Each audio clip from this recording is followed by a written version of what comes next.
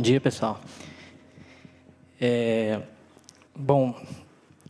Meu nome é Tiago, né? Eu sou hoje diretor da São Paulo Parcerias, que é uma empresa responsável pelos programas de concessão e privatização na prefeitura.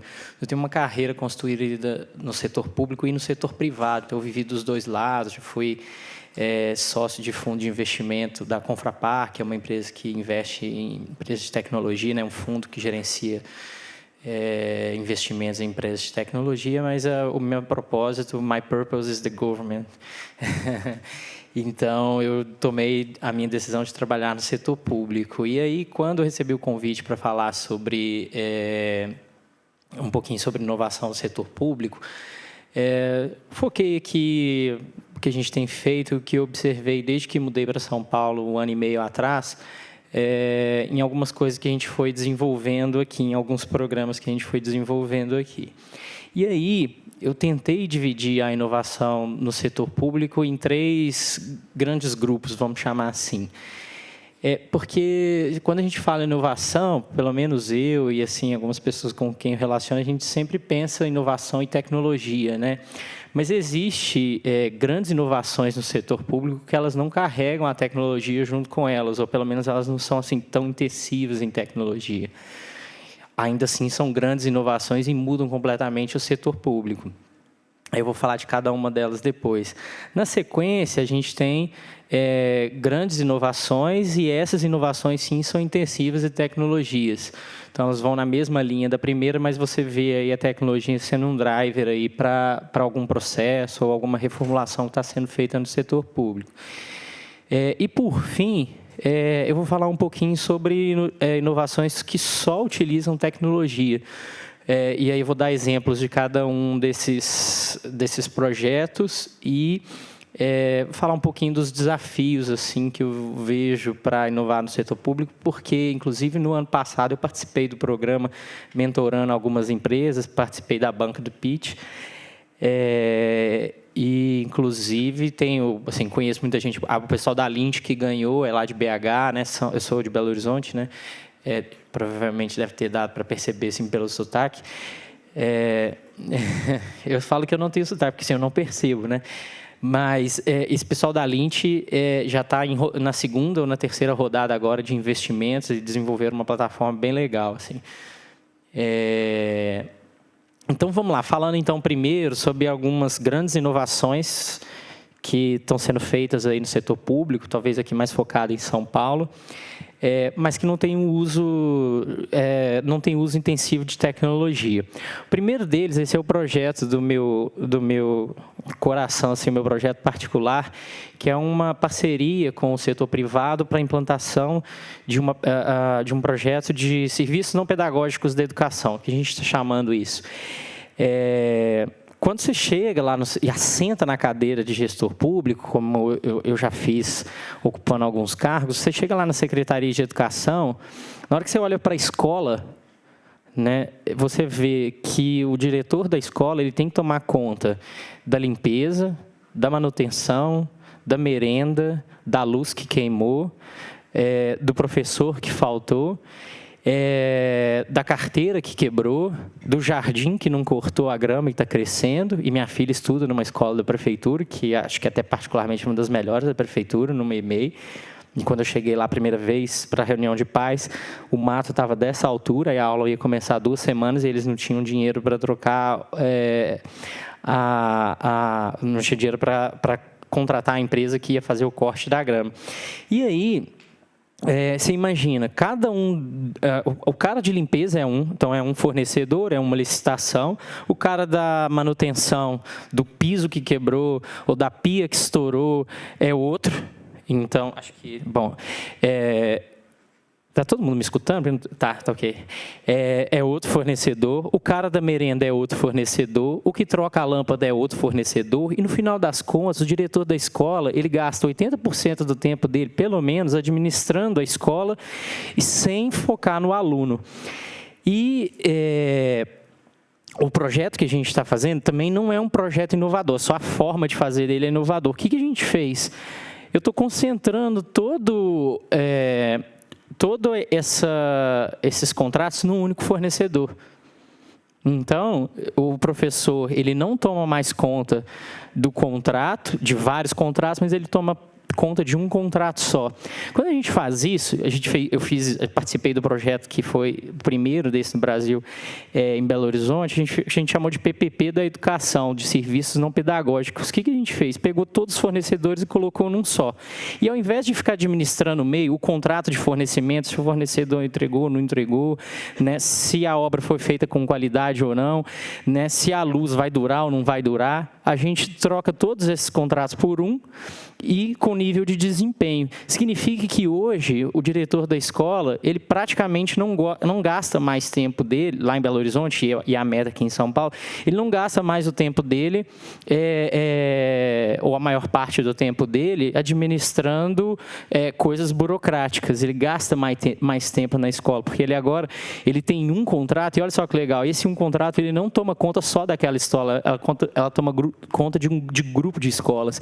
Então, aqui em São Paulo, são 194. Então, ao invés de eu ter o diretor de escola, cada diretor de escola tomando conta de uma série de fornecedores, eu tenho a Secretaria de Educação tomando conta de um contrato com vários fornecedores, um contrato de 35 anos e não mais os contratos de 5 anos da lei de licitações, a famosa 8666. Então, isso reduz muito o tempo do professor no burocrático e ajuda ele a tomar conta daquilo que é efetivamente mais importante, né? De novo, a tecnologia ela vai ser talvez aí menos influente ou ela vai servir mais para essa parte de gestão, mas ela não é o principal.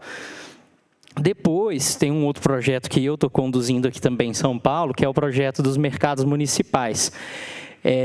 Se a gente vai para fora, não sei quem já foi em Roterdã e viu o Market Hall em Roterdã, ou vai para qualquer lugar da Europa, você sempre vai visitar mercado, né? Mesmo que você vai aqui em São Paulo, o Mercadão é um mercado super turístico. Se o mercado ele é viável em qualquer lugar do mundo, por que não é para a prefeitura? O que a gente está fazendo, então? Ao invés de a gente ter uma equipe, uma secretaria que toma conta de mercados, eu vou ter uma pessoa que toma conta de mercado. Eu dou esse mercado para o privado, estabeleço qual que é a regra do jogo e ainda divido a receita com ele, né? Porque hoje os mercados são deficitários, ou eles vão muito perto ali do déficit, né? Então eu entrego esse mercado para um privado explorar e vou avaliar o desempenho dele ao longo do tempo. O privado ele é mais eficiente tradicionalmente, ele gera uma renda extra e ele ainda compartilha comigo essa renda. Então, eu tenho o ganho da renda e não tenho mais a despesa, né? Então, a gente inova na forma de administrar os mercados municipais, mas, de novo, o uso de tecnologia aqui é mais superficial. A gente tem um outro também, que o mercado privado faz bem e a gente faz muito mal, que é um projeto de fundo imobiliário, né? Toda empresa, quando ela está apertada de caixa, né, se ela tem muito imóvel, ela começa a vender o imóvel para pagar as contas, né? O Estado também tem, a Prefeitura também tem isso, né? E o que a gente está fazendo?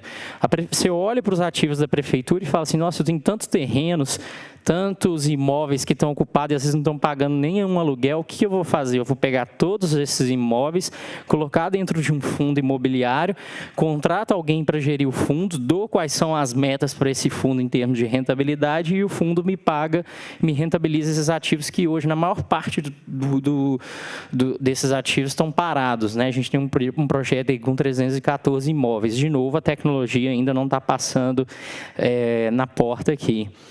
A gente tem um projeto também de terminais de ônibus.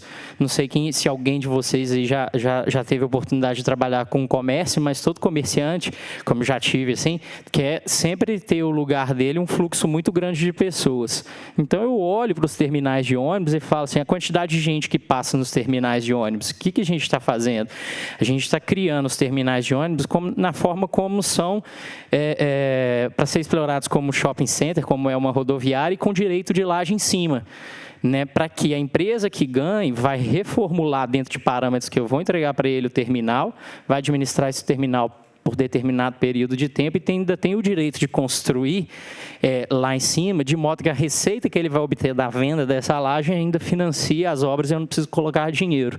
Então, um terminal hoje que custa para a prefeitura, passa agora a gerar receita para a prefeitura. De novo, tecnologia mais passando aqui também. E, por fim, o último que já deu briga aí, mas a ideia não é discutir o mérito do projeto, né, que é a ideia dos parques. Você pega hoje o Parque do Ibirapuera, ele gera um déficit anual de 30 milhões para a prefeitura. Você olha para o setor privado e tem gente que diz, olha, eu consigo administrar isso ainda te pagar uma receita. Então, você moda, ao invés de você ter, de novo, contrato para controle de pestes, de zoonoses, de ratos, essas coisas, para tomar conta do lago, para poder fazer a jardinagem, para poder fazer a limpeza, para poder limpar o banheiro, para poder fazer a segurança, e eu troco para um fornecedor só, que ainda consegue explorar melhor e dar um retorno para a gente. De novo, a tecnologia não está aqui, mas é uma grande inovação que se traz, porque não existe nenhum projeto que faça isso em parques urbanos no Brasil. No Ibirapuera seria o primeiro, se assim caminhar. Depois, a gente tem alguns projetos também, são muito grandes, e esses sim bem intensivos em tecnologia. O primeiro é um projeto que eu estou coordenando também, que é um projeto que chama Pátios e Guinchos. Lá dentro, internamente, a gente meio que chama de Uber dos guinchos. O que acontece? A CET, que é responsável pela administração do trânsito, né, pela engenharia de tráfego, ela arrecada com as multas que ela cobra. Quando você para no lugar proibido e o guincho tira, o munícipe já paga R$600 pelo guinchamento. O setor público, o setor privado cobra 150 pelo guinchamento. Mas a prefeitura cobra 600. E ele te leva para um pátio, um dos 3 pátios, e cada dia que fica lá você paga cerca de R$70, R$80 por cada dia de estadia. E como que a prefeitura faz a gestão desse sistema? Ela tem um contrato dividido em 3 lotes que ela paga pela disponibilidade do guincho e do pátio. Quer dizer, a prefeitura está pagando agora e não sabe se está guinchando, mas está pagando. Né? E aí o que acontece? Ela ganha pelo guinchamento e paga pela disponibilidade do guincho. Quando você olha para o financeiro dela, como é que está lá? Ela arrecada por ano 14 milhões e gasta 27. Então, o sistema dá um déficit de 13 milhões. Super ineficiente. Na média, cada guincho faz 2 guinchamentos por dia. Só para vocês terem uma ideia. É como se fizesse um de manhã e um de tarde. Recebe o dia inteiro, faz 2 guinchamentos. O que a gente está mudando? A gente está chamando de pátios guinchos, porque a lógica é muito parecida. Assim. A gente vai fazer um contrato por serviço, onde eu vou pagar pela remoção ou eu pago pelo número de diários, mas pago um percentual. Vai ganhar a licitação aquele que oferecer a menor taxa de administração. E, no final das contas, tudo acontece em cima de uma plataforma, exatamente como é Uber, 99 táxi, em que o agente da CET, quando ele dá o start no aplicativo, todo o sistema é coordenado por lá até o momento do guinchamento, leva para o pátio, pode liberar quando o munícipe pagar. Se o munícipe não pagar 60 dias depois, pode fazer o leilão, o carro é vendido, as dívidas são abatidas, e todo esse processo é acompanhado na plataforma, pagando pelo uso e não pela disponibilidade, né? Permitindo que essa empresa que tenha os... Olha, essa talvez até uma dica, porque isso vai para consulta pública daqui a alguns dias e a gente não sabe se tem os aplicativos aí ainda para executar. A gente já viu alguns, né? Porque, na verdade, o que vai acontecer? A empresa que administrar vai poder subcontratar pátio e guinchos. Ela não precisa ter tudo. Então, o que vai acontecer? Ela pode credenciar, como a Porto Seguro credencia os guinchos, ela não tem os guinchos, né? E credenciar locais de remoção dos veículos dentro de algumas características.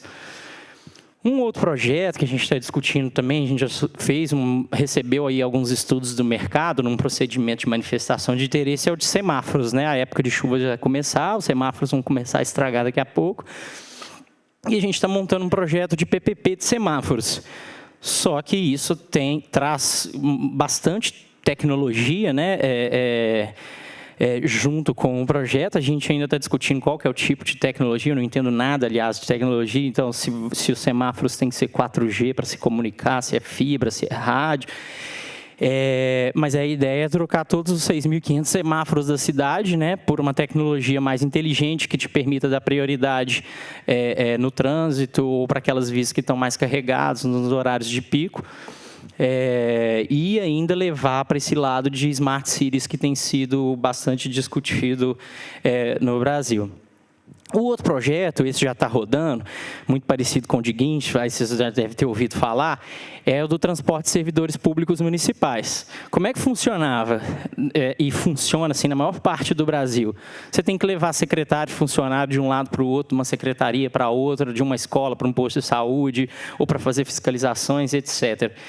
E a administração pública, ela tinha os contratos de locação de carro com o motorista e com a gasolina incluída. Então, a prefeitura pagava R$ 2.500 por carro para ter os motoristas disponíveis 44 horas por semana. Mesma coisa do guincho. Está usando. Se usou, é bom. Se não usou, paga do mesmo jeito. O que a gente fez? Mudou a forma de contratação, porque o que a gente quer não é o carro e o motorista com gasolina, o que a gente quer é levar o servidor público de um lugar para o outro. Fez uma licitação, mais de 6 meses discutindo com o Tribunal de Contas e ajustando o termo de referência, etc. Fizemos uma licitação, ganhou 99 táxis, né? O Cabify ficou em segundo lugar, e hoje todos os servidores municipais que se deslocam na prefeitura, com exceção dos fiscais, eles usam 99 táxis para poder transitar e pagam agora teve um reajuste, R$ 2,52 por quilômetro rodado. Uma economia mais ou menos de R$100 milhões por ano. Um outro projeto que a gente está discutindo também, e esse é muito interessante, porque essa também é uma tecnologia que a gente ainda não sabe se existe, então tem abertura para isso. Se vocês souberem aí no pitch, quiserem apresentar depois para a prefeitura, é um projeto sobre o sistema único, né, o bilhete único, porque quando esse projeto nasceu, ele carregava muito uma carga de ser um projeto da área de transportes, né? A SP Trans tem aí mais ou menos um gasto anual de cerca de 40 milhões para deixar isso de pé e rodando.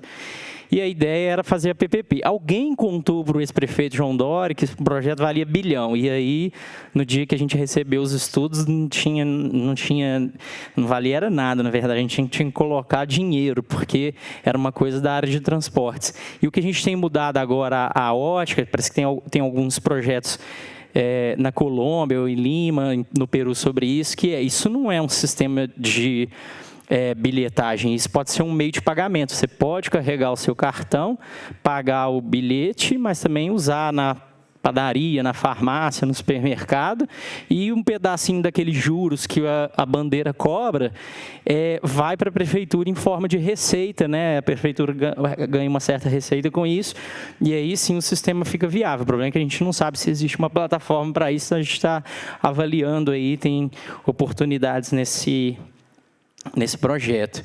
E, por fim, um projeto também que é com muito uso de tecnologia, que é um projeto de limpeza urbana, que ele vai trazer um diferencial, assim, vai trazer a ideia daquilo que a gente rodou em Belo Horizonte lá em 2013, que era um projeto de cidadão auditor. Porque a cada ano que passa a gente gasta mais em limpeza urbana. Só para vocês terem uma ideia, a São Paulo gasta por ano 2 bilhões com limpeza e coleta de lixo, 2 bilhões. E se não for a única capital, certamente uma das poucas cidades que não cobra taxa de lixo do munícipe na conta, né, lá no IPTU. É muito legal não cobrar taxa de lixo, muito confortável, mas como não existe almoço grátis, alguém paga a conta, né? Então é dinheiro que você tira da saúde, da educação, e que poderia estar sendo usado em outras áreas. Mas, enfim, qual que é a ideia da limpeza urbana? É que você gasta cada vez mais e na hora que você abre o jornal está cada vez mais o pessoal xingando que a cidade está suja, que o caminhão não passa, que os ecopontos estão carregados, que... enfim, que existe disposição irregular de lixo e tudo mais. Então, a gente está trocando o contrato da limpeza urbana, muito parecido com aquele que eu falei da educação, para um contrato só, mas com um programa que chama Cidadão Auditor, que é o quê?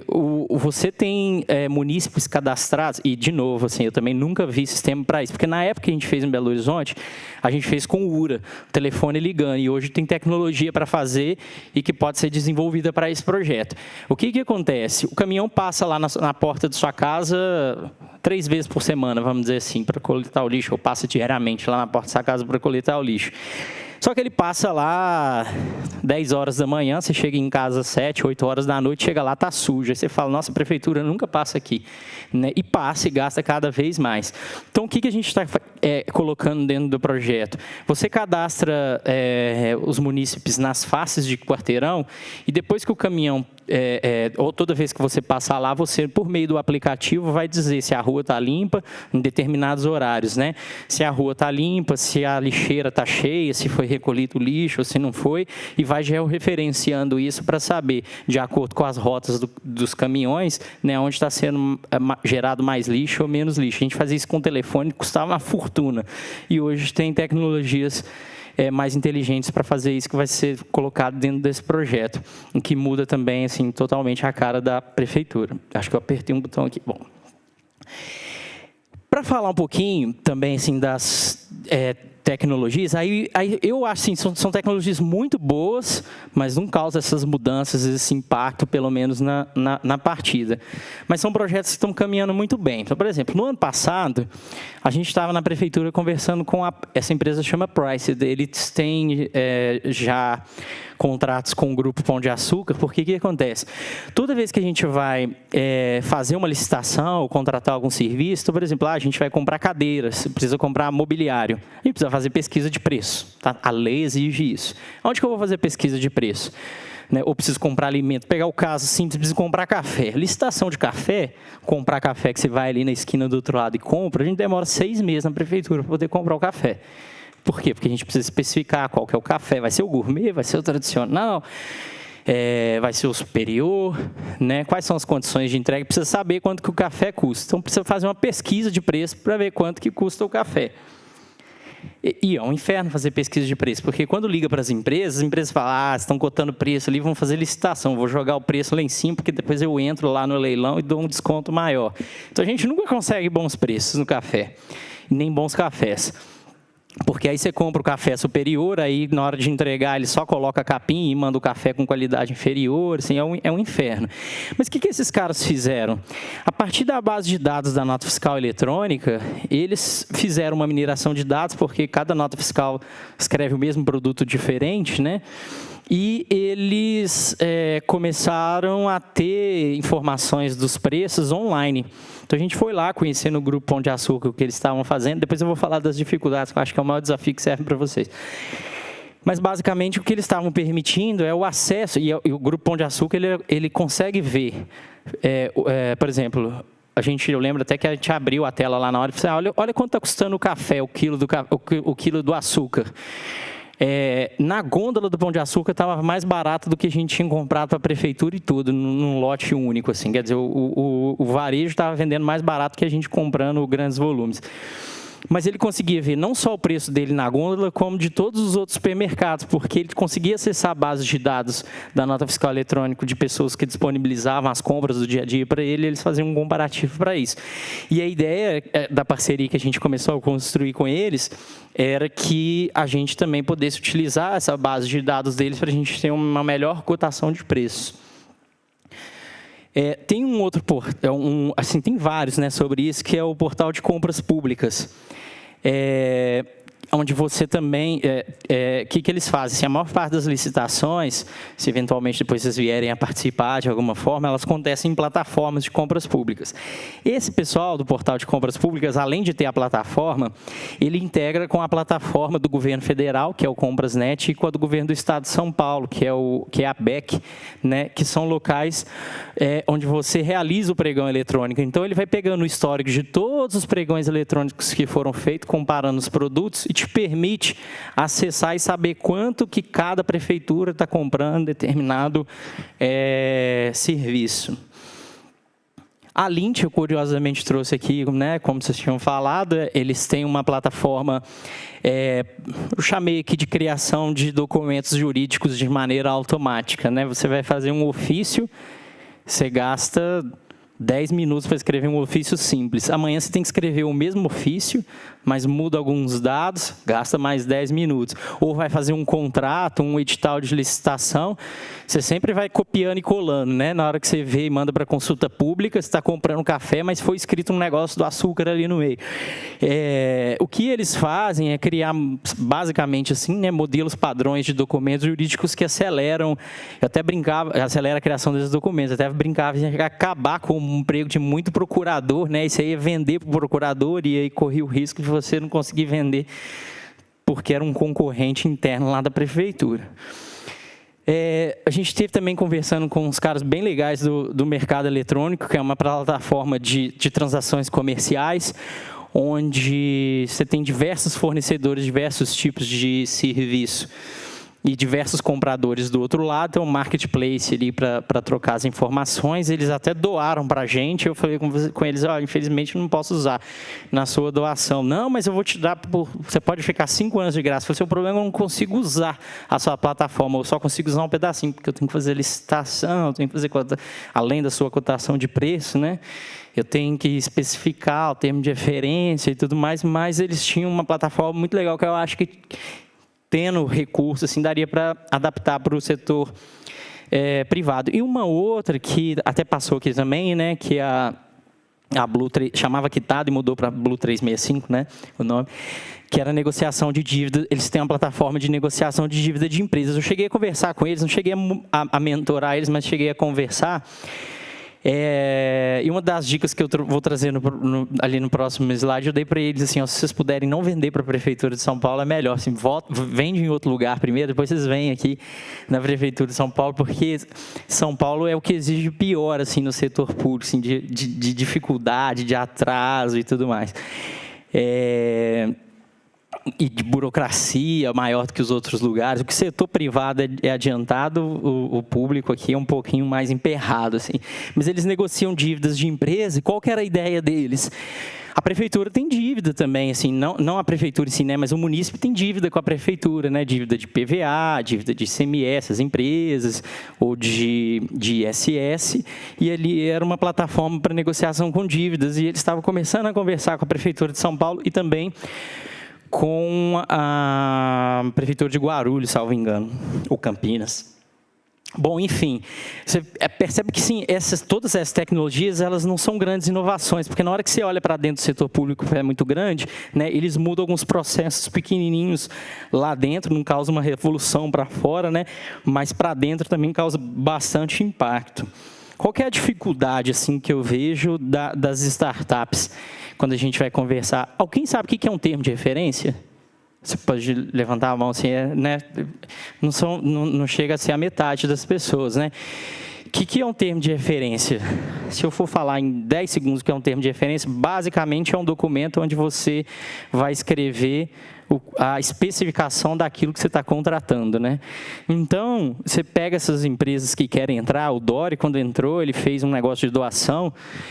No começo foi bom, depois virou uma porta de entrada, assim, eu dou para depois tentar vender alguma coisa, mas na hora que você prototipa o seu produto, o seu produto é bem legal, você tem que escrever um termo de referência.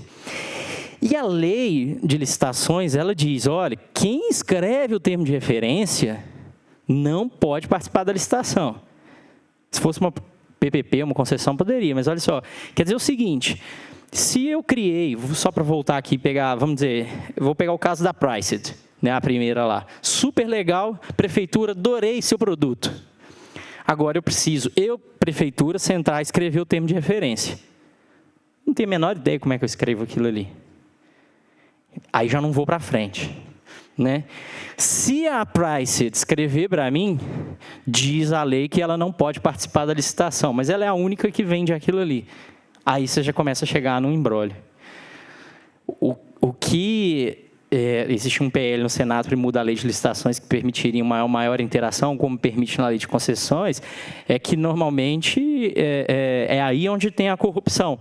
Por quê? Porque aí o cara fala assim, escreve para mim aí o termo de referência e traz num pendrive aqui, que depois eu vou jogar o pendrive fora. E é isso que o pessoal faz. E é ali que mora a corrupção, é ali que nasce o grande problema do setor público. Por quê? Porque o cara que está do outro lado vai virar e falar assim, bom, mas já que eu vou escrever para você, então você me dá uma ajudinha aqui e tudo mais. Então, esse é um grande problema e é o ponto onde precisa ser tomado cuidado aqui, para não avançar naquilo que não é permitido, né? O outro ponto é, o processo de compras ele é mais complicado. Então, vamos dizer que o termo de referência é a primeira fase, terminei o termo de referência. Alguém sabe o que faz depois, na hora que... Aí vocês superaram isso, o que vai fazer agora? Aí você não sabe, a maior parte das empresas não sabe, tudo bem, escrevi o termo de referência, mas o cara lá da prefeitura vai fazer o quê agora? Não sei como é que funciona as compras públicas. O próximo passo que ele vai fazer é elaborar um edital de licitação. Depois que ele fizer esse edital, aliás, até antes de fazer o edital, ele pode mandar para a cotação de preço. Mas vamos pegar o caso da Price de novo. Vai mandar a cotação de preço para quem? Se ninguém vende a mesma coisa. Não estamos falando de café, não estamos falando de açúcar.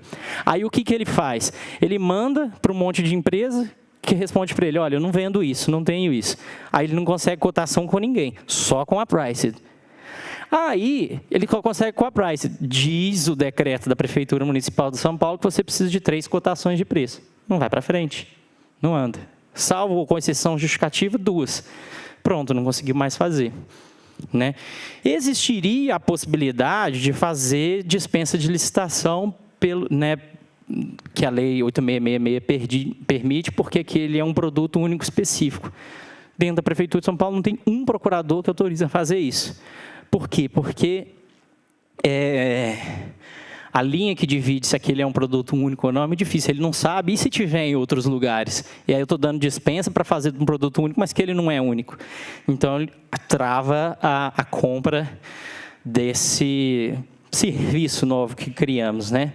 Mas vamos dizer que a gente, inclusive, conseguiu passar por esse momento. Então, eu consegui resolver o problema da elaboração de termo de referência, consegui passar pela cotação de preço, de alguma forma, que eu não sei qual é. E aí, na hora que você vai para a licitação, o edital está pronto, licitou, na hora que você vai entrar, o edital está publicado, você pega o edital, vai ler e fala assim, eu não consigo participar, não. Não tem essas qualificações que estão pedindo aqui. Estão me pedindo balanço de 3 anos para trás, índice de liquidez, patrimônio líquido mínimo e tudo mais. Você fala assim, pô, ferrou. Né? Se você pegar o caso do Poupa Tempo, salvo engano é a Nama, que desenhou uma tecnologia em parceria para o Poupa Tempo, ficou bem legal. Quando o pessoal do governo do estado foi lançar a licitação, eles não conseguiram entrar na licitação, porque eles não tinham as qualificações técnicas, deu deserto a licitação. Ninguém apareceu lá. O outro passo é que São Paulo é uma cidade muito grande, então, o que acontece? É tão burocrático e passa por tantas instâncias e tem tantos interesses, que na hora que você resolveu tudo isso, o Tribunal de Contas vai falar, opa, peraí, esse negócio aí, a gente suspende a licitação que eu quero ver o que é. Aí o Tribunal de Contas para, aí o Ministério Público para. Aí a secretaria XYZ para, porque você está entrando na área deles também. Então, São Paulo é muito difícil, porque você resolveu tudo isso e ainda tem que conversar com fulano, com ciclano, com beltrano, com várias outras pessoas. Então, tem muitos interesses envolvidos na cidade de São Paulo. Assim, tudo é mais moroso. Para comprar pilha Duracell AA, ano passado, a gente demorou mais de 1 ano para poder comprar.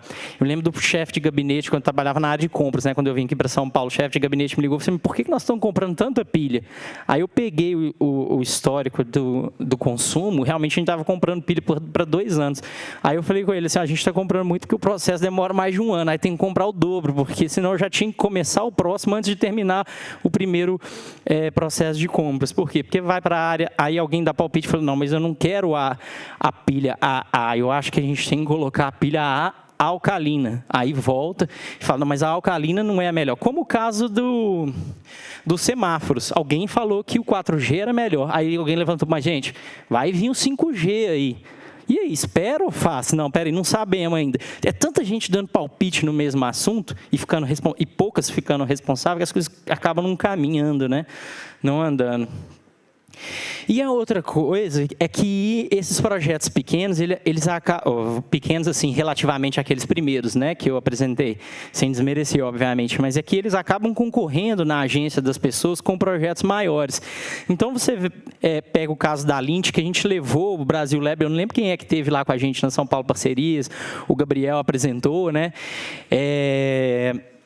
e a gente ainda foi caminhando com outros jeitos. É porque na hora que você senta lá com o procurador, que tem que olhar aquilo, esse procurador, ele está fazendo contencioso trabalhista, porque ele tem que ir no Ministério Público, depois ele tem que ir no Tribunal de Contas, ele tem que ajudar a resolver o problema da licitação que parou. São vários assuntos, né? Ele resolve o problema do auxílio funeral, que está faltando, e aí tem mais para resolver o problema da Lint. O procurador, ele toma conta de todos os processos da secretaria, de tudo que você imaginar, de compras, de investimento, tudo que é jurídico passa na mão dele. Como vocês vão ter ali naquela linha do tempo que tinha falado, né, que eles têm lá o foco no jurídico. O procurador, ele toma conta de A a Z do assunto, e de tudo que ele toma, porque você vai sentar com ele e falar assim, olha, vou olhar o seu negócio, mas vou olhar daqui a 2 semanas, né, porque agora o prefeito pediu para a gente fazer um parecer para poder contratar o BNDES para uma operação de crédito. A gente fazer, são todos os assuntos que passam na... E acaba concorrendo com esses assuntos, né? E o cara não sabe o que é que você está falando, o que é o banco de dados da nota fiscal eletrônica para o procurador, né? Ele não vai conhecer isso. Então, essas são algumas das dificuldades, né? Assim. Mas, para a gente não terminar triste... Como se não desse para fazer, né? Tem coisas que dão para correr em paralelo, assim. E o que eu sugiro para as empresas que eu mentorei e tudo mais, eu sempre tento ajudar, é a gente tentar trabalhar, e eu acho que até de repente o Brasil Lab pode ajudar nesse aspecto, não é? É alguma coisa muito parecida com o que foi o decreto. Esse decreto é interessante vocês darem uma olhada nele. 62.817, ele do ano passado, o governo do Estado de São Paulo, que ele traz algumas facilidades, né? Ele dá algumas prerrogativas para a administração pública contratar essas empresas startups de uma maneira mais fácil, menos burocrática, né? Ele traz procedimentos que são mais simples. Acho que cabe dar uma olhada nesse aspecto, porque eu acho que, se eventualmente não for com o governo do Estado de São Paulo, essa é uma conversa que pode ter com qualquer outra administração pública do Brasil, né? O outro caso é que é sempre bom ter estudo de caso para visita, né? Assim, porque você vai conversar com gente que nunca viu as coisas, sabe nem de tecnologia. Assim, eu sei quase nada e eu acompanho bastante essas coisas, essa questão de startup e tudo mais. Aí o cara vem com uma ideia sensacional, você começa a falar um monte de coisa, eu falo assim, tá, mas aonde que eu pego para ver? Tem alguém que já fez isso? Né? Então, você conseguir gerar pilotos do projeto para a pessoa ver, para poder ver rodando, é muito interessante. Por quê? Porque se o cara vê o projeto rodando, ele tem a possibilidade, é mais fácil para ele escrever um termo de referência. Ainda que ele erre na hora de escrever o termo de referência e coloque algumas coisas, ele sabe de onde ele pode partir. Então, por exemplo, tem eu recebi um pessoal de BH, eles são de BH, eles têm uma tecnologia de RFID. Então, eles trocam esse patrimônio, né, etiquetinha que vai no patrimônio da organização, eles colocam uma anteninha de RFID. Então, você gasta um dinheiro grande com eles, fazendo todo o inventário de novo, mas aí depois, o que você faz uma vez por ano, que sai tudo errado, né, e na mão, depois você passa com um smartphone, com uma antena, e faz todo o levantamento do patrimônio. E a gente consegue fazer isso até mensalmente agora, né, que para a gente que é empresa pública lá em São Paulo, Parcerias, é importante, porque tem comitê de pronunciamentos contábeis, né, que exige isso. E aí o cara,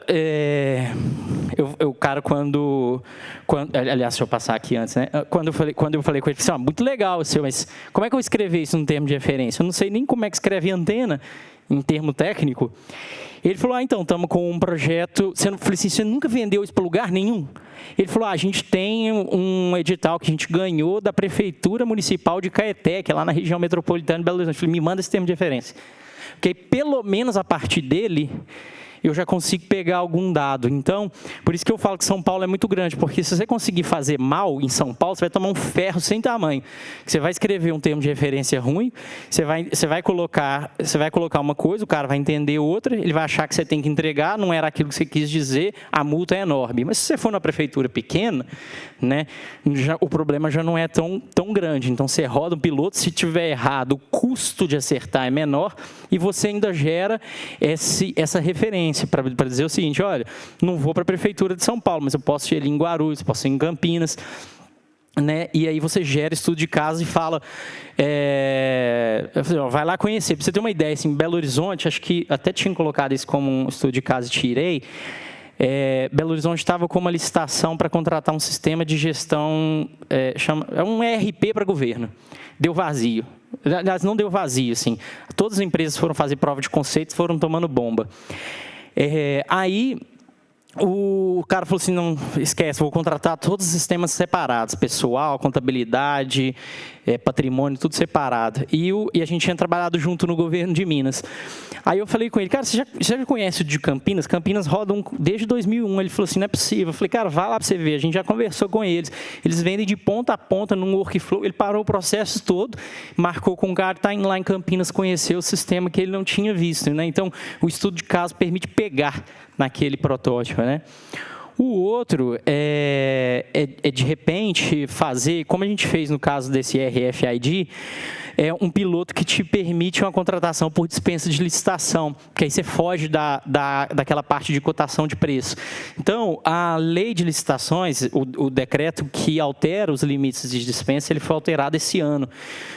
Salvo engano, é 16.500, 17 mil, alguma coisa desse tipo, para bens, 17, né? E aí, o que você faz? Olha, então, eu não vou rodar o RFID para 5 anos de contrato da licitação, mas eu posso rodar ele para 1 ano de contrato por dispensa. Aí, eu contrato o cara por dispensa, ele começa a executar o serviço, agora eu tenho um instrumento jurídico onde eu permito...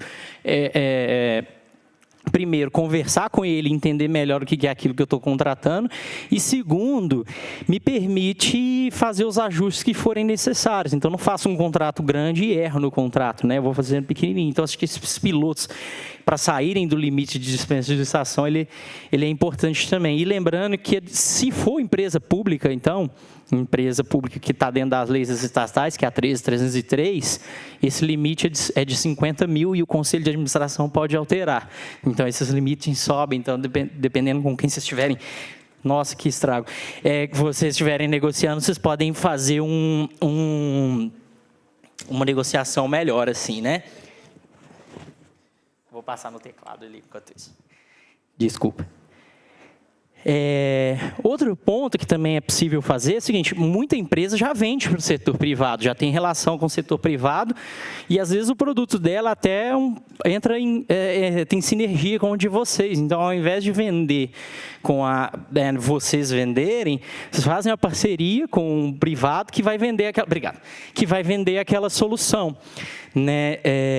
Por exemplo, eu trabalhei na Accenture, né? A Accenture agora está entrando nessa onda aí de apoiar um pouco mais a startup, mas aí a empresa tem todos os atestados, ela tem a qualificação técnica que exigia e ela agora tem o seu produto no portfólio delas para poder vender. E aí você faz uma parceria com ele, né, e presta esse serviço, fica com um percentual dele, né? É uma forma de sair. E o outro ponto é esse, né? Que eu acho que, se eu pudesse dar uma dica, assim, sai fora de São Paulo, da Prefeitura de São Paulo. Procura cidades de menor porte, porque assim, é muito burocrática a Prefeitura de São Paulo, né?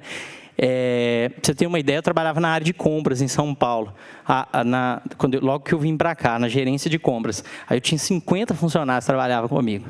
Então tem gente para dar palpite em tudo que vocês imaginarem. Conhece de café, a mobiliário, a 99 táxi ali, né? Ao passo que quando você vai em empresas, em cidades menores, né, a burocracia é menor. Por quê?